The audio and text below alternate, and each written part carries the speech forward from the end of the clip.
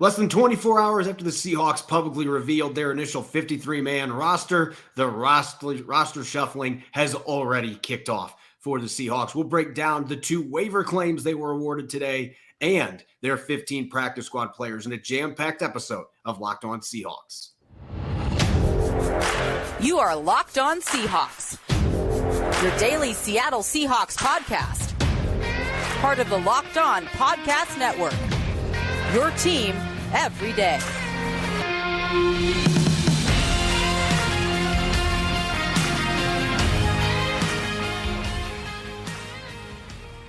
Greetings, 12s. This is Corbin Smith, host of the Locked On Seahawks podcast, your daily Seahawks podcast, part of the Locked On Podcast Network, your team every day. Glad to be joined for our Wednesday episode by my co-host in crime, Rob Rang. And a special thanks to all the 12s out there, whether you're listening in Puyallup or Jamaica. We greatly appreciate you making Locked On Seahawks your first listen 5 days a week.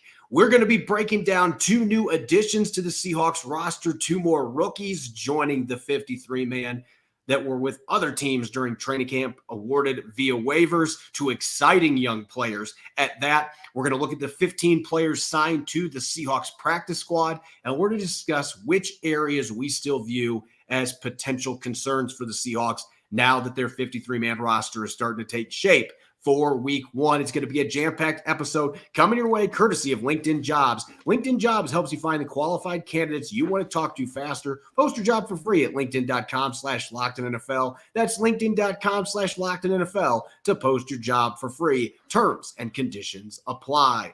Now for your lead story here on our Wednesday edition of Locked On Seahawks. You can't say that we didn't warn you. As we mentioned yesterday, the initial 53-man roster, it's not going to be the roster the Seahawks have when they go against the Rams in week 1. That can already be said less than 24 hours later. The Seahawks being awarded 2 players off of waivers from other teams. Kyu Blu Kelly, the corner formerly of Stanford, was with the Ravens, a 5th-round pick, and Drake Thomas, the undrafted linebacker who spent time with the Las Vegas Raiders, had a very good preseason. Both of those players were guys that their respective teams were hoping they could sneak onto the practice squad, but the Seahawks had other plans. The highest team that claimed both of them, they're going to be added to the 53-man roster. And I know, Rob, this is one of those, we like both players, but I think in this case, that you might like one player more than what I do, and then vice versa, which is a good problem to have when you're looking at waiver claims. Well, not necessarily. I love both these players. I really think that these are 2 terrific signings by the Seahawks. And we talked about this yesterday, Corbin. I mean, I think this is one of the reasons why Seattle was as late in announcing their roster as they were. I think that they were basically assessing the different talent that was out there. And to be able to get Kyu Blu Kelly and Drake Thomas, because their clubs did try to sneak them through the waiver wire, I think that you got to give John Schneider and his pro scouts an awful lot of credit. I think that the Seahawks stole these 2 players. I mean, the expression, all those fans back there in the day, of Bruce Willis, the expression was yippee-ki-yay. Not anymore. Now it's yippee-ki-you, because Kyu Blu Kelly can absolutely play. I mean, he's such a Seahawk. I mean, this is a guy who his father, Brian Kelly, was a star at USC, was a 2nd-round pick, Tampa Bay Buccaneers, played in the league for a decade or so. And then you look at Kyu Blu Kelly, he played at Stanford, as you mentioned. Seahawks have had some success with some of those Stanford players before, of course. He's got the long arms. He's got great ball skills. He was a Senior Bowl standout. He was all of the things that check all of those Seahawk boxes that we've talked about in the past. So I really think, again, this is a terrific signing, in my opinion, by the Seahawks. And then with Drake Thomas, the linebacker, look, he's short. He's a little slower than you'd like. He also turned down offers to Alabama and Michigan to sign with his home state, North Carolina State, which, again, Seattle has gone with a couple of short players from NC State. At least that's where they started. And had some success there as well. And with Drake Thomas, he's just got terrific instincts. He reminds me a little bit of a former Seahawk, a former New Orleans Saint, former Buffalo Bill, David Hawthorne, in that he is just so much more physical than you might expect for a guy who's 5'11", 230 pounds. Again, I think that both these 2 guys are home run kind of signings at this point in the season. Those are rare. So I applaud the Seahawks. I think that they absolutely play this beautifully. I'm not going to suggest that either one of these players are going to be competing for starting reps immediately, but I do think that these are not just bottom of the barrel signs. These are guys who actually could make an impact on this roster in terms of depth, in terms of special teams, and in terms of having real upside to them.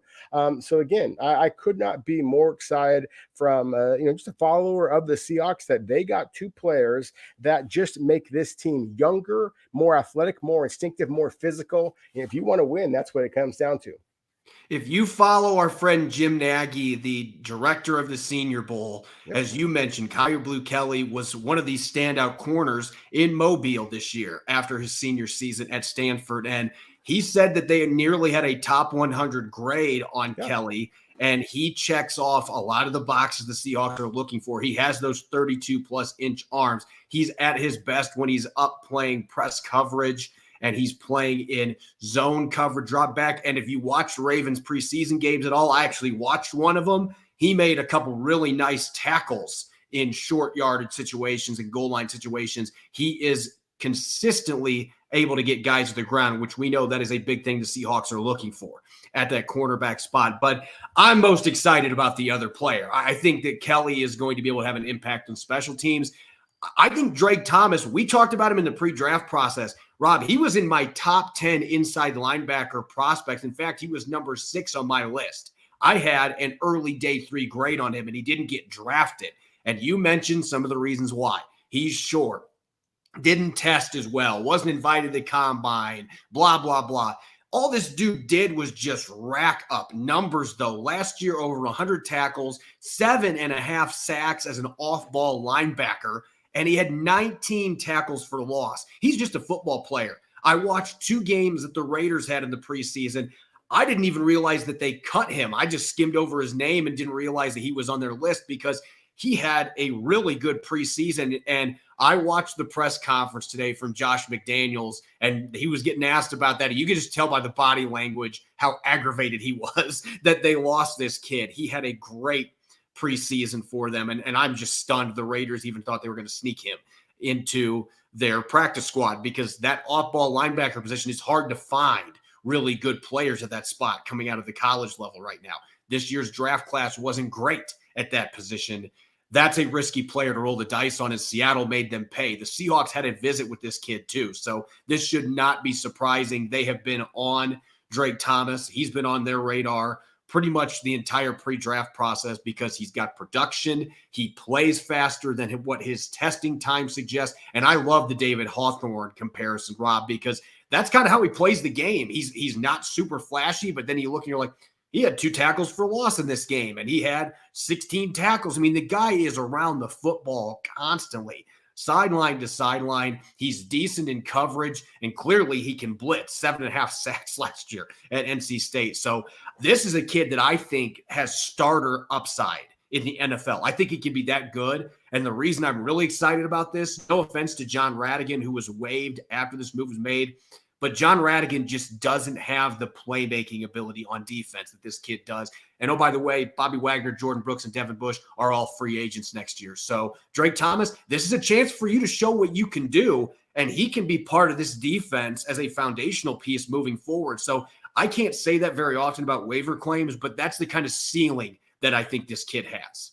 Yeah, that's the thing, is I am, again, really excited about both of these signings. And that's the thing, is sometimes I think that people get so excited about the height, weight, size, speed, all that kind of stuff. I understand that. I mean, as a scout, that's what I'm looking for. But I also just want to see instincts. I want to see physicality. I want to see production against the top level of competition. And we're talking about 2 guys who were stars in the Pac-12 and the ACC, and not for a year. It wasn't a flash. These were very consistent players. Yep. So again, to me, this was 2 really outstanding signings by the Seahawks, and guys that I agree with you. I think this is not just a 1 year or 1 week kind of a rental, the way that some of these other signings, I think the waiver wire processes are going to be. I think that we might be hearing the 2 names, Drake Thomas and Kyu Blu Kelly in Seattle Blue for an awful long time. Yeah, it's a little different than last year when Isaiah Dunn and Daryl Johnson were signed. And those guys were solid reserves to have on the roster, but those weren't players that you were considering.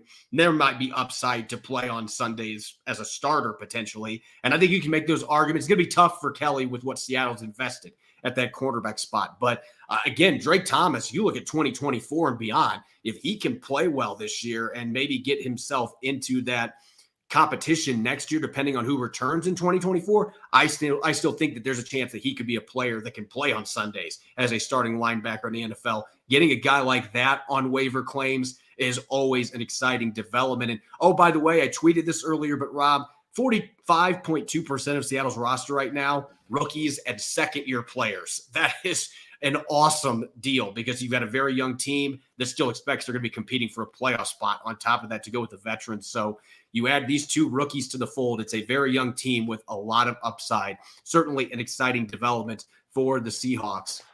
Yeah, and that's one of the things really quickly. I'm sorry to cut you off there, Corbin, but I've been fortunate enough to have some conversations with John Schneider over the years. And I can tell you this, when the Seahawks won their Super Bowl, the thing that he was most excited about is, at least to that point, now you have to kind of check the numbers on this since, but at least to that point, it was the youngest team that ever won a Super Bowl in league history.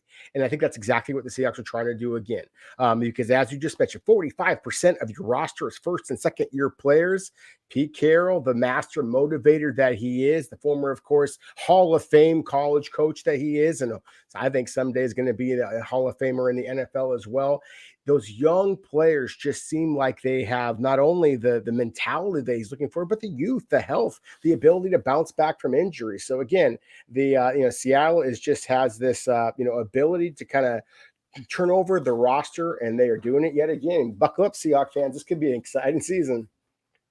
Coming up next, we are going to look at the 15 players that were announced as practice squad signings. And I'll give you a hint. You'll know all these players because they all played for the Seahawks, just as Pete Carroll was hoping for. They were all in the Seahawks roster in training camp and preseason. We'll look at that 15-player practice squad and what may be coming next up next year on our Wednesday edition of Locked On Seahawks, which is brought your way by our friends at LinkedIn Jobs. These days, every new potential hire can feel like a high-stakes wager for your small business. You want to be 100% certain you have access to the best qualified candidates available. That's why you have to check out LinkedIn Jobs. LinkedIn Jobs helps find the right people for your team faster and for free. When I was a site manager, LinkedIn Jobs was my go-to to post writing positions to land top candidates, and they made the process easy and seamless. All you have to do is create your job post and add your job and the purple hashtag hiring frame to your LinkedIn profile to spread the word you're hiring. They offer simple tools like screening questions that make it easy to focus on candidates with the right skills and experience so you can quickly prioritize who you'd like to interview and hire. It's why small businesses rate LinkedIn Jobs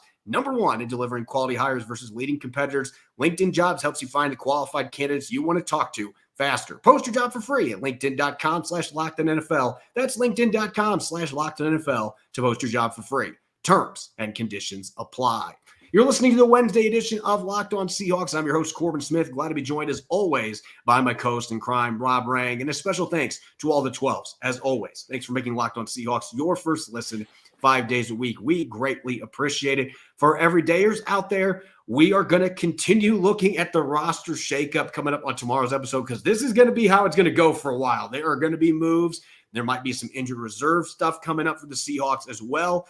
And we might start to look towards that LA Rams team that's going to be coming to town at Lumen Field in week 1 as well, getting close to that first game of the regular season. You won't want to miss it. Let's get to the practice squad news here. And this is one of the things fans get really excited about. And I'll say sometimes fans get nervous about it because there's always the idea, I don't want to release this guy because I'm worried that he's going to get claimed by somebody else. And we saw that snake bite the Raiders and the Ravens with the two players that the Seahawks got today off waivers. But less than 3% of the players that were waived yesterday as part of that first cut down got claimed by somebody else. There was less than 25 waiver claims in the entire NFL. So that is typically good news for teams like the Seahawks that want to get as many of their players back in the practice squad.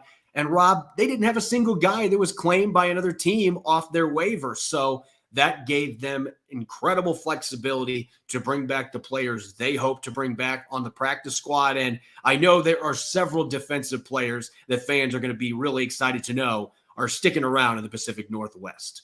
Well, I think just to start off, Levi Bell is a player that we had talked about so much before, as far as being a splashy guy for the Seahawks. Certainly, from as you mentioned, from the Pacific Northwest. I mean, Lakes High's own Matt Gotel is a guy that I thought really had a strong performance, especially against the Green Bay Packers in that final preseason game. And we kind of talked about that. We wanted to see, the players who were ascending throughout the preseason. So to me, that was one of the most exciting developments here. Again, as we discussed in yesterday's show, I think that it just kind of goes back to the philosophy of the Seahawks to kind of wait until they make their roster known publicly. And that's going to give other competitive teams out there who are scanning the waiver wire a little bit less time to, kind of get a feel for what's out there. And of course, NFL teams have this ability to see this before the general public, but still, it's less time. And so why, if you're either competing or you're not, kind of a thing. And so I think that this worked in Seattle's advantage. I think it gave them more time to try to talk their players into saying, hey, we do want to bring you back. You should stay here, rather than perhaps listen to your agent who might be saying, oh, there could be a different opportunity elsewhere. Again, I think that the fact that there were so many players who stuck with the teams that they had just spent training camp and preseason games, re-signing with those clubs, I think it's just a testament to the loyalty that you see throughout this entire process, at least from the player side. So to me, again, when you look at the players that the Seattle re-signed here, I think that there are some possible future players that could be scratching for legitimate playing opportunities here. When Seattle is going to be going up against a team that can really run the ball, a guy like Matt Gotel might be able to get himself onto the field. When they're going up against a team that is going to throw the ball an awful lot, I think that a designated pass rusher, as I believe is Levi Bell's strength, for example, I think that he makes some sense. As I mentioned before, I'm really excited about Kyu Blu Kelly, but I'm really excited about the cornerback as well, whose name is now escaping me. But Lance Boykin, I believe, is the one you're going to be. I'm excited about Boykin too. I like the size and I like the physicality he brings at the position. Exactly. That to me is, again, one of the reasons why I love that the practice squad has been expanded as the NFL has done it. I see a lot of guys that with just a little bit of polish, I really think could be significant contributors into the NFL. So again, a credit to the Seahawks for basically calling. Pete Carroll said it. He was going to be bringing back several of the players that had been on Seattle's roster this entire time. And that's exactly what they wound up doing. Yeah, all 15 signings, including the defensive players they brought back, all of them were with the team during training camp in the preseason. And Pete Carroll made that clear after the loss in Green Bay. They wanted to keep this group together. He said 69 players here are going to be with us. So he was saying 16 players on the practice squad. Now, there is a spot that is dog-eared right now for John Radigan, who was waived today after Drake Thomas was awarded off of waivers. Seattle added him to their 53-man roster. John Radigan is going to be brought back on the practice squad as long as he clears waivers. I expect that he's going to. Even less likely that a guy's going to get plucked up in the second set of waivers as teams are trying to get down to 53 players. But they've got that spot open for him. So he would be the other linebacker. I'm excited about Patrick O'Connell getting to stay on board because he really flashed at times in the preseason for this team. He finished second on the Seahawks in tackles, had a couple nice plays in the line of scrimmage, and he's a really good athlete. He's a guy that I feel like you can do some fun stuff with. He had a lot of sacks in college for a reason. He's got some versatility to his game. Still needs to add a little bit more muscle to his body, I think. But this is a guy, I think, with a redshirt season on the practice squad, could compete for some snaps. We mentioned that linebacker position. You got your top three veterans, all free agents next year. A player like O'Connell, a player like Drake Thomas. This is an important year for you to maybe stake out a claim to be able to compete for playing time on defense for the Seahawks a year from now. So I'm glad to see him back. Very excited to see Levi Bell back on the roster with what he did in training camp in the preseason. And I think he's one of the guys that could have a chance to get moved to the 53-man roster still if we have a couple guys land on injured reserve. And as we anticipate could happen here in the next couple of days for the Seahawks, Levi Bell might be that natural guy to move right up because I think he was probably that last guy off the roster, one of the last two or three guys off the roster, gives him a chance to be on the team. And Matt Gotel was really good in the preseason against the run. So they need any big bodies they can. given the nose tackle situation, if Cameron Young's not healthy week 1, Gotel now is here available for you. You can move him up, promote him, and you can get him in the lineup, and you hope that he can help shut down the Rams running game in week 1. As for the offense, Rob, this is where most of the practice squad signings went to. 9 of the 15 players that were signed today to the practice squad on offense, including 2 running backs, not just Sir Roderick Thompson Jr., but they brought back Bryant Koback, who I was really excited about what I saw from him in that first preseason game. He got banged up, and they ended up releasing him, but now he is back. He's healthy, so they can get him back on the field. Those 2 guys provide really nice insurance policies. You've got Kate Johnson, Matt Landers, Aesop Winston at the receiver position, Holton Ahlers to continue developing at quarterback, a couple of linemen in Greg Island and Joey Hunt, and Tyler Mabry. We expected he was going to be back as that experienced veteran insurance policy at tight end. Yeah, again, as kind of expected, when you look at the Seahawks and the way that they created their 53-man roster, of course, you have the 3 specialists, and then oftentimes you'll see clubs go 25 on offense, 25 on defense. So considering that the Seahawks started this out with 26 on defense, 24 on offense, it makes sense to have a slightly higher number on the offensive side of the ball for their practice squad. And so if you're looking at these 9 players here, I think you have to start off the conversation with the quarterback, Holton Ahlers, who we were both really intrigued by what he demonstrated, on the preseason slate for the Seahawks, and the way that he just showed poise down the stretch in those football games. To me, was one of the most intriguing things about him. We all can see the athletic ability, the left arm, the left-handed throw, and it gives you a different look. And that I think is important when, you're trying to set up for, your next opponent. I mean, he's going to be part of the scout team potentially to be able to allow the Seahawks to get a little bit of a different look than what Geno Smith or Drew Lock might provide. So I think, again, those things are important. I love the variety at the wide receiver position. I've used that Baskin Robbins pick your own flavor kind of expression so many different times, but Aesop Winston and Matt Landers could not be too much more different at the wide receiver position. You got one guy who's, kind of a short, very quick guy with some return game. The other guy is, 6'4", 200 pounds, can absolutely fly as an excellent vertical receiver. So you love, again, the versatility that provides. To me, that's one of the most exciting things about this, is that Seattle really has set themselves up pretty well, is that if there are any type of injuries that happen through your starters as the process goes on throughout the regular season, and of course there will be, then you've got legitimate bodies who know your system and have the frame to be able to handle that jump into the regular rotation. So again, to me, it's an exciting development here with who Seattle was able to bring back. And then finally, I wasn't going to talk too much about the running backs because I know that's what you love, but I 100% agree with you in terms of the running backs that Seattle brought. And that was one of the conversations we had before. I really thought that Seattle's running back rotation would be one of the positional groups that other NFL clubs around the league would really envy. For Seattle to get back their choice of their running backs, and Sir Roderick Thompson as well as Bryant Koback, to me is a huge, huge win, because I think that both of them should be on active rosters in the NFL.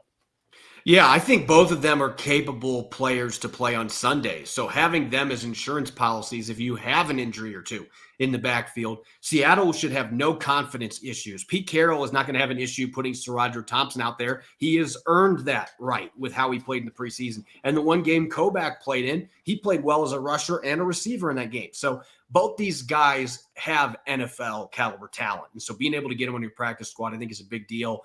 And you talked about the receivers. To me, that's the most important thing to discuss here, because I know Jackson Smith-Njigba is on the practice field making catches, but he's got that big brace on.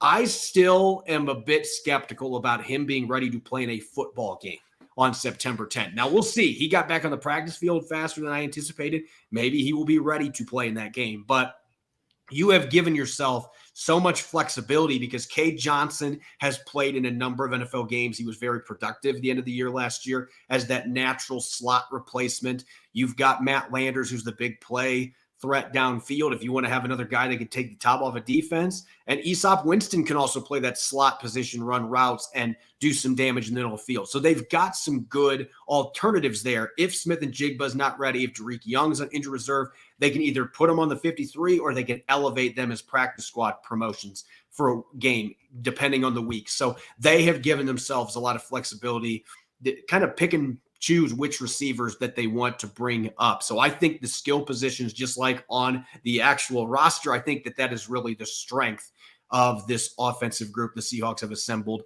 on their practice squad. You're listening to the Wednesday edition of Locked On Seahawks. I'm your host, Corbin Smith. Glad to be joined as always by my co-host in crime, Rob Rang. A special thanks to all the 12s out there for making Locked On Seahawks your first listen 5 days a week. We greatly appreciate it. For our everydayers, there's going to be more news to tackle tomorrow. We may have some injuries to break down. We'll be taking a look at what's happening on the practice field for the Seahawks as well. Jam-packed Thursday episode coming your way. You won't want to miss it.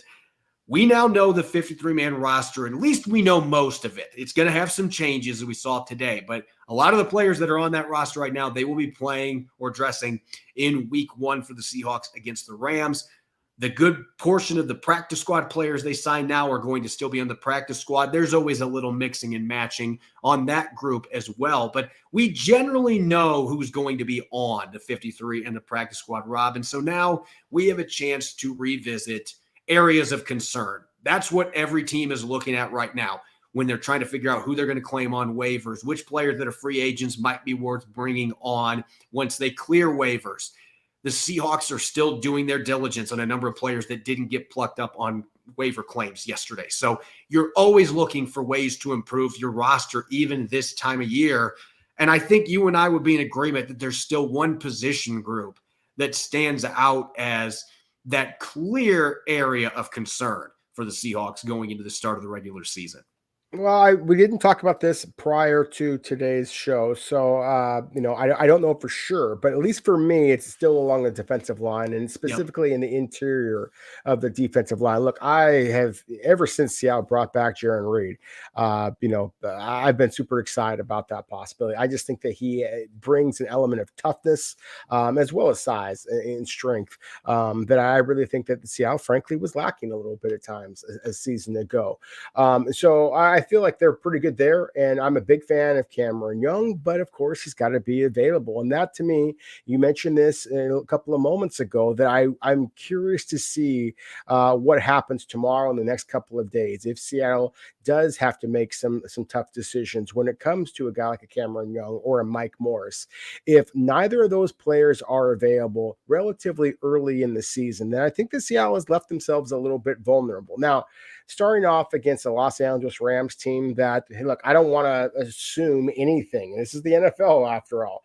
But I do think that Seattle is significantly more gifted than the Rams are, and they should be fine in that opener. But as the season goes on, I do worry from a Seattle perspective if they're lack of bodies at the interior, lack of proven producers in the interior does come back to bite them a little bit. So to me, that is still something that I think that Seattle should very much be kind of keeping an eye on. And I'll say it right now, I am stunned that Jacob Sykes, to me, one of the preseason standouts for this club, is not among the players, at least currently on Seattle's practice squad or others out there. So to me, that's one that I think that Seattle may want to kind of keep their eyes open. Far be it from me to suggest that I know better than the Seahawks do, but I do think that he is a legitimate player in the NFL, and I think that if they don't sign him, then somebody else will here pretty soon.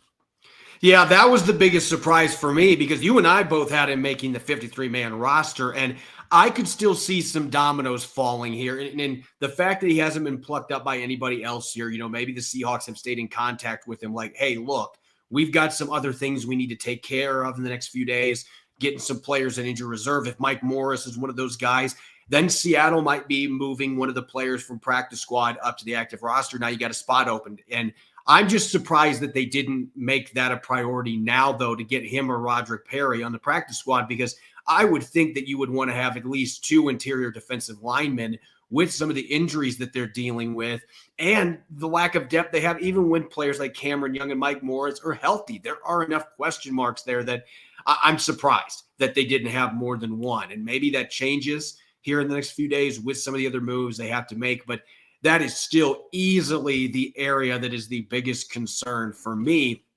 I don't want to say that receiver depth is a concern at all, because we've mentioned before, you've obviously got DK Metcalf, Tyler Lockett. You think Jackson Smith-Njigba is going to be available fairly early, if not available week one. But Tariq Young, Cody Thompson, both candidates to be on injured reserve. And then that leaves you with all the guys that are on the practice squad. So it's not necessarily a concern for me, but with D. Eskridge being suspended the first 6 games, Jake Bobo has been good in the preseason. What does he do in the regular season, though? That is going to be a significant jump. Is he going to be able to continue to be productive? I think he will, but that is a worthwhile question to ask. So I still think with their situation they're dealing with the injuries, that on offense, and maybe that just speaks volumes to how good of an offense this is, that I'm saying that might be the biggest area of concern for me. But I like what I'm seeing from the interior offensive line. I like some of the depth that they've got there with the 2 rookies playing better at the end of the preseason. I love the running back depth going into the practice squad, as we mentioned. So as far as offensive concerns, just the receivers and figuring out, is one of those guys going to be able to be your main kicker, punt returner? Maybe Winston's going to be promoted for a game or two to do that. Maybe he gets elevated to the roster on a full-time basis if one of those players I mentioned is on injured reserve. That is the biggest question mark to me on the offensive side of the football, just because there's a lot of moving parts and there are a lot of missing parts right now. Yeah, for me, the biggest concern on the offense is basically very similar to on the defense. It's on the offensive line, and I would shift a little bit more to the outside at the tackle position. Clearly, you have two young stars, at least I believe, in Charles Cross and Abe Lucas, and I was pleased with what I thought was some disappointing lapses by Stone Forsythe, but I thought that he got better again against the Green Bay Packers team that did play their starters on the road. That was encouraging development there, in my opinion. I still was surprised Jalen McKenzie is somebody that Seattle just decided to kind of cut bait on. I thought that he showed some flashes, but I liked that Greg Island came back. I think that he showed his versatility. He previously had played tackle, was moved inside to play guard for the Seahawks. I like the positional versatility that he offers. And of course, Jake Curran has that same type of ability as well. Still, I think that every NFL team out there right now is just begging for more offensive tackle. So I don't think that the Seahawks are alone in looking for talented big men in that regard. But I love the fact that you mentioned the wide receiver position. I think that's a sneaky need, just because of the fact that, as you mentioned, with D. Eskridge and then, of course, Jackson Smith-Njigba, Cody Thompson, all these players that have some type of bugaboo that's kind of following them that could limit their availability. I think that that's going to be another position the Seahawks are going to kind of be keeping their eye on, especially for receivers who have, are 6 foot and above. And as far as the return game, I think that's DJ Dallas's game. I think that Easop Winston has the ability. To me, he's a better return man than, say, a Cade Johnson, for example. Trey Brown, I think, is also going to be in the mix. I think Seattle has options there, but at least in my mind, the starter kick return, the starter punt return is the same guy it was a year ago, and being DJ Dallas. Yeah, that may be the case. It feels like you need a little more juice back there, in my opinion. DJ Dallas has been reliable back there. He catches the punts. That's obviously a big deal. And he's done some nice things. There have been some kick returns that have been past the 35-yard line, but he'd like to see, can we find somebody that can be reliable back there that maybe just has a little more burst, a little bit more juice to handle that. And so I'm just curious what the Seahawks are going to do from that front and how much that weighs into which guys that they move on to the 53 if Cody Thompson and Tariq Young end up on injured reserve, what route they're going to go. And I'm going to surprise people a little bit real quick as far as another position that suddenly I think the Seahawks might be, at least out of the corner of their eye, looking and seeing, may there be somebody out there that is worth bringing onto the practice squad that we can develop a little bit. And that's safety, because Joey Blount and Jonathan Sutherland both were waived with injury designations and have agreed to injury settlements. So they are not with the Seahawks right now. And you have Jarek Reed II and Julian Love as the backups if Jamal Adams is healthy. That's the other X factor here. We don't know if Adams is going to be ready to play in week one, even though he's off the PUP list. He's just getting started with walkthrough practices. So I think that that'd be pushing it for him to be ready in week 1. Suddenly, that's a position group as much depth as they had 3 days ago. Suddenly, it's looking a little bit more barren. And Ty Okada is the guy that they ended up bringing back in the practice squad. And he did some decent things in the preseason and training camp, but that's a significant drop-off from the 4 safeties they have on the roster to Okada if he has to step up onto the roster and if he has to ever play snaps on defense for the Seahawks. So I could see safety suddenly being a position that is a little bit under the radar. It's not a concern if you've got everybody healthy, but there have been some injury issues at that position. And you just lost 2 guys that you expected had a really good chance to be on your 53-man roster. So I do think that maybe there's a little bit of a question mark from a depth perspective that might be a surprising position. They're looking at the waiver wire right now thinking who might be out there that could maybe help us that we could bring on to the special teams and safety on our practice squad. Yeah, I have to agree with you. That's interesting development as far as with Sutherland and with Blunt, 2 players who, really put up some impressive tape. The fact that both of them are injured, I think the other NFL teams out there are going to be a little bit hesitant in signing them. And you just got to have some faith that the Seahawks know these players and feel confident that they are going to be keeping tabs on them. And when they are healthy, no one is going to know that quicker than Seattle. And so I do think that there's a possibility to have those reunions, kind of come to fruition, because those are 2 players that fit in very nicely with what Seattle can do, especially with Blunt in the back end. His instincts, his speed in coverage to me is a classic free safety whereas with Sutherland, his ability closer to the box would be excellent backup option behind Jamal Adams.